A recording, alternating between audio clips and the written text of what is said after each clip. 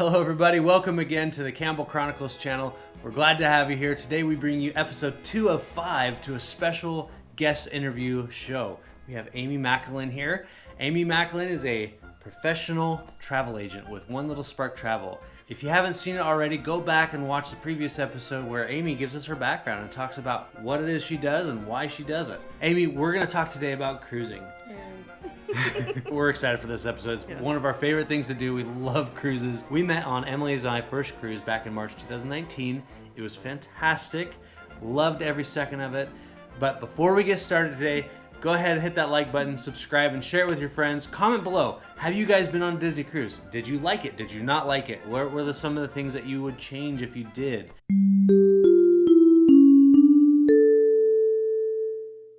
All right, Amy. So, how many Disney cruises have you been on? I have been on 3 of the 4 different ships. Okay. And which ones were they, if you don't mind me asking? So I've been on the Disney Fantasy twice, the Disney Dream, and the Disney Magic, which is where we met. That's where we met. That was a fantastic ship. The Disney Magic and the Disney Wonder are smaller ships. They were the first ones that came out when the cruise line first came out. And then the Fantasy and Dream are much larger. Different experiences, I'd imagine. I've only been on the Magic. Yeah. But I can tell you, it felt very intimate. Yeah. Like there was a lot less people. Yeah. The Castaway Cay wasn't as crowded as I've seen some other videos and pictures. So being on the smaller ships, which one do you prefer, larger or smaller?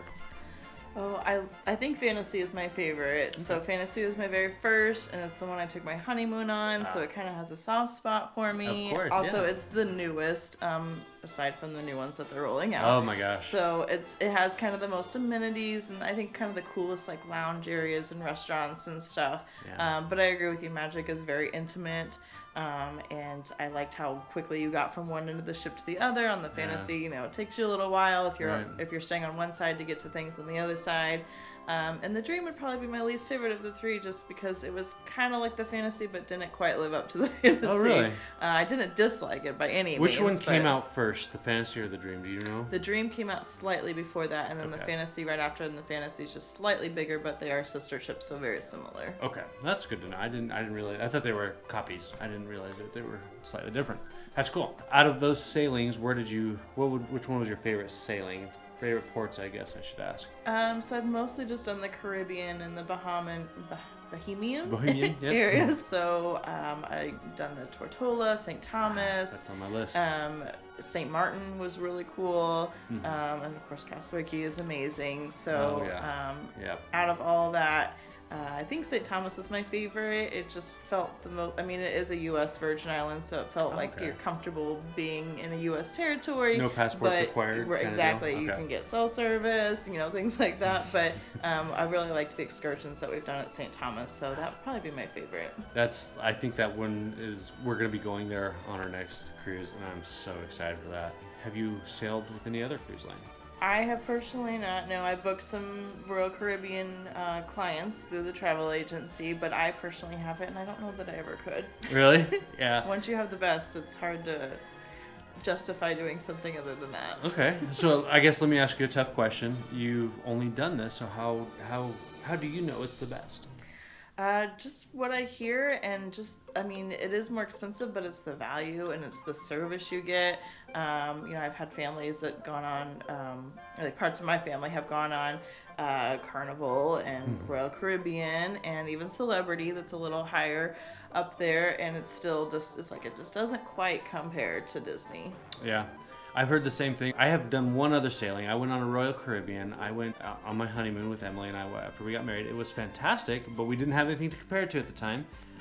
We felt that everything was fantastic, but after now going on the Disney, I can tell you firsthand that there is a huge difference. Yeah. I can tell you that the beds, the service, the shows have been voted the best in all cruise lines for 2-3 years in a row now. Yeah. Just something ridiculous. And then recently the cruise line itself was just deemed the best cruise line in the world.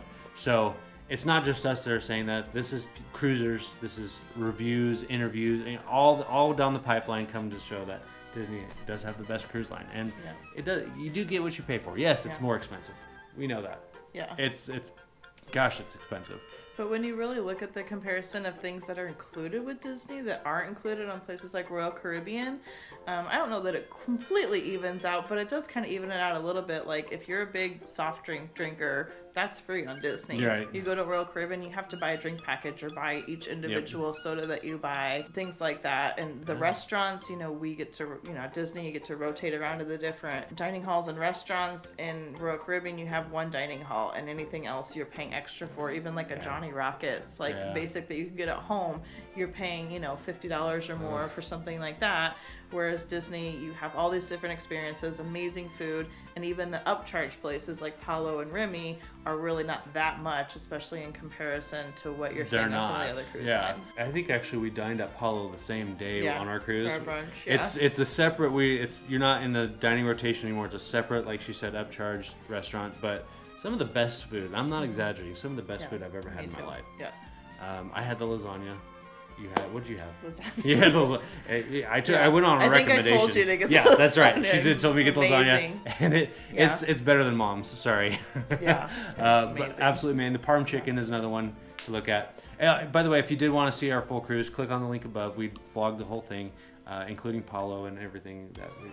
Our cruise was a Marvel Day at Sea, and that's another thing. Yeah. When you get on the Disney cruises, they have some of these theme days, whether it be a seasonal, like the Halloween sailings. Halloween on the high seas. Halloween on high seas, yep. Or the Very Merry Time Christmas sailings. Or in January, they have a Star Wars Day at Sea, Marvel Day at Sea. That's when we did the Marvel. Yeah. And you just get little, extra freebies for that. What else? I mean, they have these awesome shows with these characters. Broadway style shows. Oh my gosh, yes. The shows, which one was your favorite so far? Out of all the ships you've been on, which one was your favorite show? Gosh, I don't know. I thought Beauty and the Beast. Was Beauty and the Beast on ours? No, it must have been on my one right before that. Beauty and the Beast was amazing, and we had Tangled. We had Tangled, yeah. One of my favorite shows on the Disney Magic was Disney Dreams, and it was just a fantastic story about how you shouldn't let your dreams go as a child.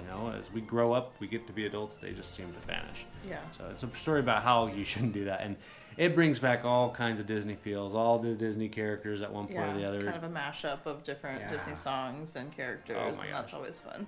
And you would think that something like that would just be silly or overplayed, but they did it in a way where it touches you and you start crying. Oh yeah, you get it right in the Disney feels. Yeah. Oh man. Amy, so as a travel agent, you kind of have to deal with this year round. What would you say is the best time of year to sail? Well, there's a lot of factors with that. Yeah. So if you're looking for crowd size or weather or the activities going on, that's going to depend on when you want to go. Obviously, like we mentioned, if you want to do the Halloween on the high seas, you got to go in the fall time, Christmas time for the merry time.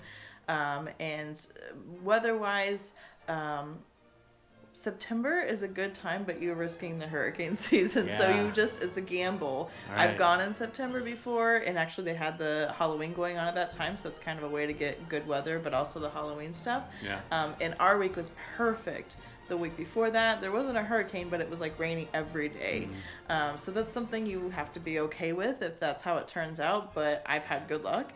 Same way with Disney World too, obviously, being in Florida.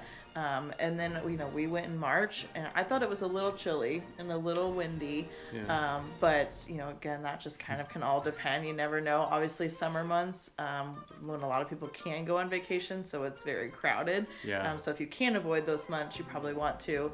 But in those colder months, places like the, Caribbean and the Bahamas, it'll be not as cold as it is here, but it won't be like you won't want to be on the deck, on the pool, at the pool all day long or anything either. So it kind of depends on what you want to do, what special days you want to have at sea, and how you are about the crowd sizes. Right. So I live in Utah, and coming from Utah where it was snowing and windy. Yeah. Going in March wasn't so bad for us. Yeah. But so I guess it does also depend on where you live, what climate you're already acclimated to. As far as like the seas go, is there any? Because I imagine as a first-time cruiser, somebody might be very nervous, especially if they get motion sick about the seas and if they're choppy. What time of year would you say is best for a first-time cruiser specifically? The best time that I've gone is in May. That's when I went for my honeymoon. and we really didn't have any rough seas. When we went in September, it was beautiful, but the very last night, it was like, you heard the hangers going across the, closet and things. Right. So that, again, can be dicey with hurricane season. But I think beginning of summer or late spring, early summer, I think is the best, especially if you can get before kids are out of school. It's a really good time to go. It'll be a bit warmer, so if you don't like the heat, warmer. it may not be the best, but as far as the seas go, it'll be the most common May. Yeah. Okay, that's good to know. Yeah. Because I've been asked this before by other people, people get motion sick. Yeah. What should we do? In fact, that keeps a lot of people from going. Yeah, it does. Because they're nervous about that, right? Yeah, my wife almost did not want to go. She'd never been on a cruise before, and I'm like, no, you have to go. We have to do this for our honeymoon. So I convinced her. She was going to do like the bands, but she got pills to take, the motion sickness medicine, but she didn't end up having to take it at all. I tell people the boats are so big, especially the bigger ones, the Fantasy and the Dream. You really don't, unless it's a bad day at sea, you're really not feeling much. Usually what you feel is maybe just like feels a little different, but it's not, you're not like you're on a sailboat and you're just like, really rocking.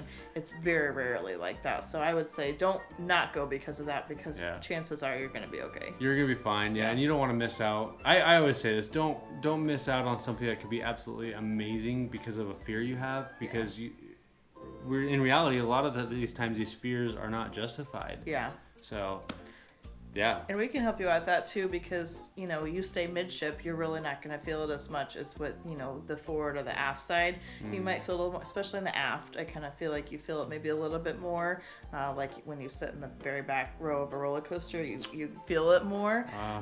That's kind of how I explain it. But if you sit right in the middle, you're kind of balanced out. So if that's a concern, then I would just recommend staying midship for your stateroom. That's cool. High or low? I would go towards the top. I like 6, 7, 8, those kind of decks towards the top. Is that for more of like a strategic standpoint or for like a motion sick standpoint? I think both. I've never stayed too much. The lowest I've stayed is 5. Okay. And I would have to say, you don't feel as much motion the higher up you are, and maybe that's just my mind. I don't know if that's true. But also, the distance it is from places, it's easier because we spend a lot of our days on the pool deck, so you got to go all the way to the top for that. So if you're already on floor 7 or 8, you can probably take the stairs and get there pretty quickly because the elevators can get a little congested. Yeah. So maybe a more personal question. I know you said what your favorite sailings are, but what's one of your favorite memories that you've had on a Disney cruise? I think, I'm gonna say not on a ship in a port. So when we were on our honeymoon in St. Thomas, we did a snorkeling adventure. We went to a place called Honeymoon Beach, which was fun because it was our honeymoon. But we got on a big pirate ship. It literally looked like a pirate ship. And they're like, this is your boat. And we got on there. We went out to some other island. We went snorkeling. We went to Honeymoon Beach and they had like a barbecue. And we came back and they gave us all this rum punch and we're getting us, wasted on the way back because that's what they do in the Caribbean. So I would say that was just kind of the perfect day that I've had in a port. So. Nice. That's cool. And you have a 2-year-old, Riley? Yes. Has he been on a cruise with you yet? He has. We went for his first birthday. We did Disney World and then just a short 4-night cruise. Okay. And that's when we were on the Dream. A little land and sea adventure. Yes. Awesome. Gosh, I want to do one of those really bad. Yeah, it's hard to not do one. Now because my first cruise, I did Disney World first and then the cruise. And so that's what we repeated for our honeymoon, and then that's what we repeated when we took Riley for his first birthday. And it's really hard to go to Disney and not do a cruise after, and it's really hard to do a cruise and not do Disney before, because I think that's the perfect vacation. Oh my gosh, so when you can, that's the perfect Would vacation. you okay, I know this is a bit of controversy for other cruisers that have been on the Disney cruise, but would you recommend doing the Disney World before or after the cruise? I always recommend Disney before, because your feet are killing you after being in Disney, and you get on the cruise and you just relax. And if you're in the cruise first and you're relaxed, and then you have to get off the boat and walk around a bunch, it's just you're not ending your vacation on a relaxing note. And so I always recommend the cruise last. It's kind of your wind down to the vacation, whereas if you just do the cruise, that is the hype. That's the vacation. That's the climax of it. So I'm with you on that. I know people say, oh yeah, you gotta keep the magic going, go to the Yeah. parks afterwards, Yeah. but then you're just beat. Yeah. And then you have to go back to work. And, Yeah, I guess you could bookend it if you really had a lot of time. Right, You could that's do true. Disney You could before do it. and after. You could, but yeah, split it that's up. not everyone's situation. Yeah, so. right. So there are a lot of things to do on the ship. The ships are huge. Yeah. There's many ways you can dine, many ways you can be entertained. What is your favorite form of entertainment? Oh, I love, especially when we do like the adults only cruises. Like we were both just, adults on our cruise, no kids. So Yeah. I love doing like the adults only things. Like the mixology classes are really fun. Okay. We've done that twice now. Or we did like a chocolate in the core tasting. Those things are during the yeah. day. There's slight upcharge, but like $20 a person, and they give you a lot of drinks within like an hour. So if you're really into drinking and that's your thing, that's the way to go. Also, something we did for the first time on this past cruise was a ship tour, where they talked about the theming of the ship, how they picked the certain carpets, and yeah. why this is up on the wall. And I thought that was really interesting. So those things you just don't think about, maybe they're not very well advertised. If you just look at the navigator, especially in like the adults, column, those kind of things that pop up, if you're able to do that, I think those are really fun and unique. Disney, one thing, if you're a Disney fan at all, Disney does not do anything by accident. So when they design these ships, from the top to the bottom, side to side, every single piece of the ship was meticulously picked out. History somehow. There's a reason for it. Right. There's the stars on the carpet. Everything Yeah. points to something. There's a reason why. And that's the beauty behind it, the details that Disney does. And that is, of course, not just limited to the cruise line, but the parks, Adventures by Disney, whatever it may be. There's a reason why that is there. They just don't place it there, oh, that looks pretty. No, there's a story behind that pretty thing. Usually it goes back to that's the way Walt wanted it at some point or another. And I love that. I love that they're trying to carry that on. And honestly, if, who am I to say, but I think Walt would be proud. Oh, for sure. I think he would, because they've taken a product, and yes, they're making they're making a lot of money. That's no secret. But what they're doing, they're taking families, and they're doing what Walt originally intended, for parents and children to have fun together. And that carries on through the cruise line. It is just a wonderful family time. You build these memories that you don't get anywhere else. Right. And they're good memories, because yes, of course, you can go elsewhere and get memories, but good or bad, short-lived, long-remembered, I don't know.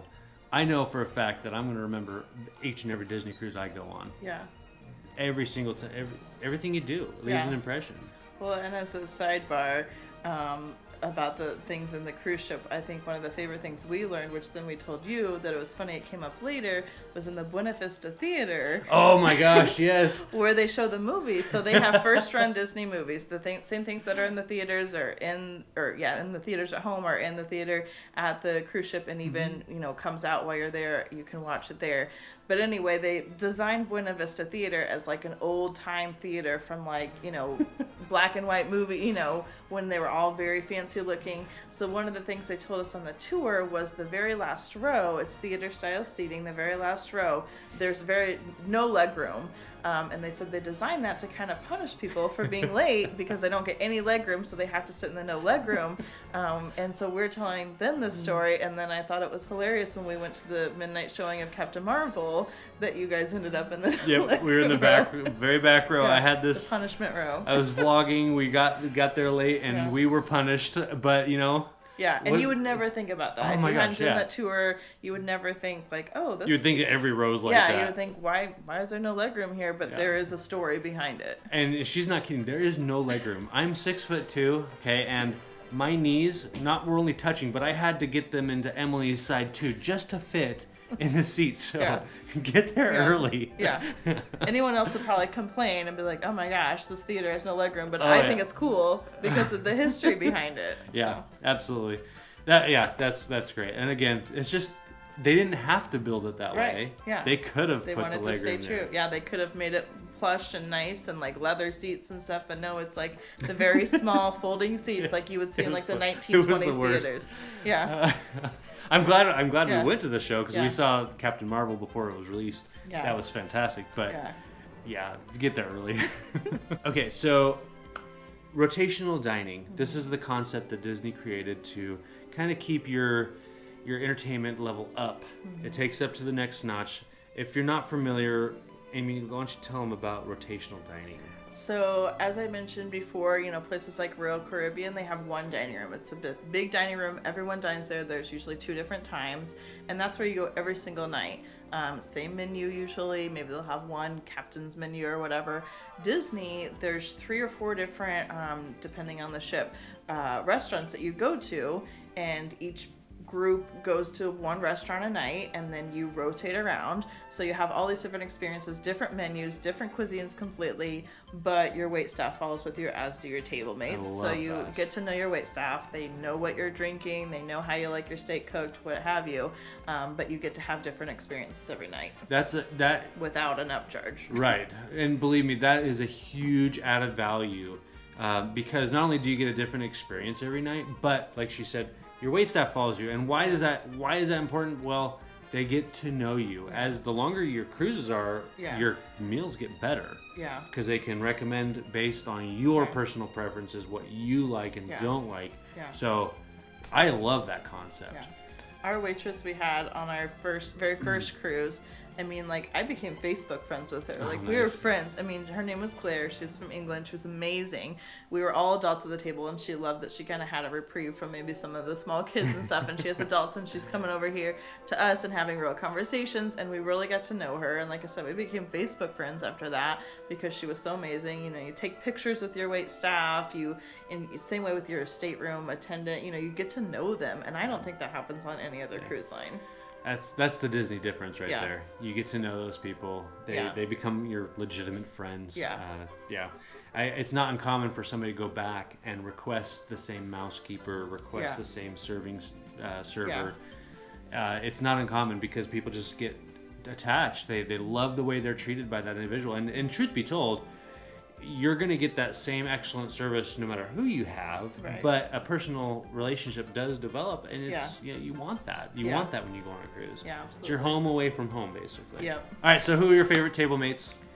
Well, that's a hard one. I'm just joking. No, Robert and Emily were great. But we've never had bad table mates, so that's great too. Yeah, and don't be nervous about that. And no hard feelings, but we were there on our anniversary, so we actually requested to be set at our own table. And I've heard of this being granted before. Yeah. And it wasn't for us. And I'm glad it wasn't because, I was, not only are Amy and we're friends now, not just Facebook friends. I came out to Indiana to visit her. Yeah. Okay. We're friends. We enjoy this stuff so much. We bonded over our meals. It was great. So you'll get that with no matter who you go. So if you're afraid at first about meeting with random strangers, don't be. Yeah. Everybody that's on these Disney cruises likes Disney, believe it or not, just as much as you, maybe more. Who knows? Yeah. Well, and I think it's funny. I think Disney actually takes time and pairs people who were alike. So when we went on our honeymoon, we were placed at a table with 2 other couples. They were both young couples, no kids.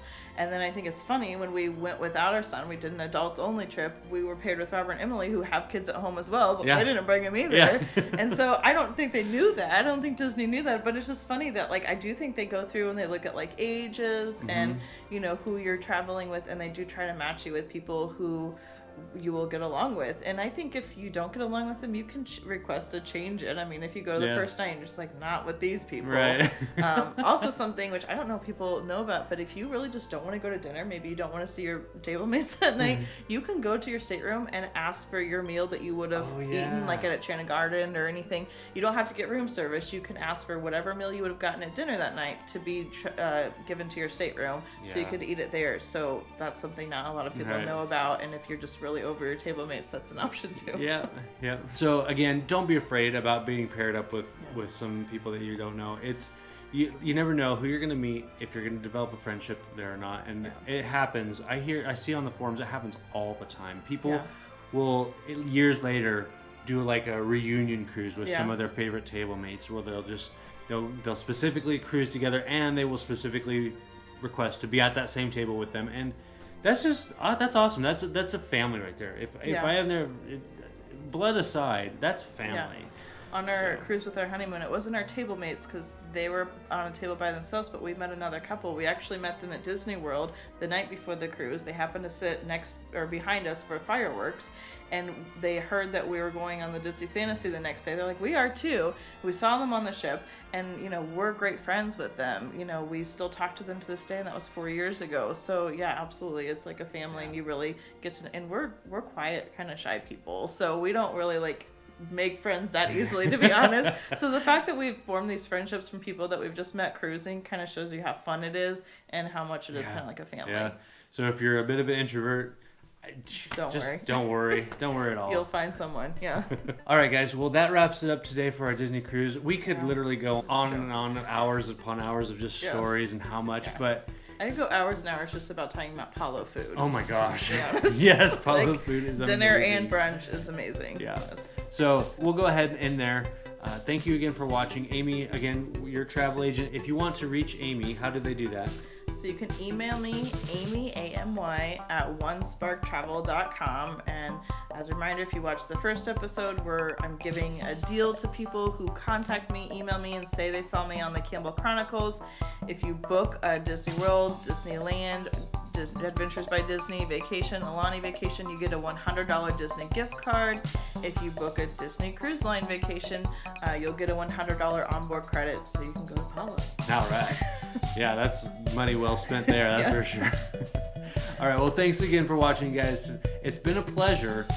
Don't forget to hit that like button and subscribe on your way out. It really does help our channel grow. Thanks for watching the Campbell Chronicles. We'll see you real soon because it's time to say goodnight.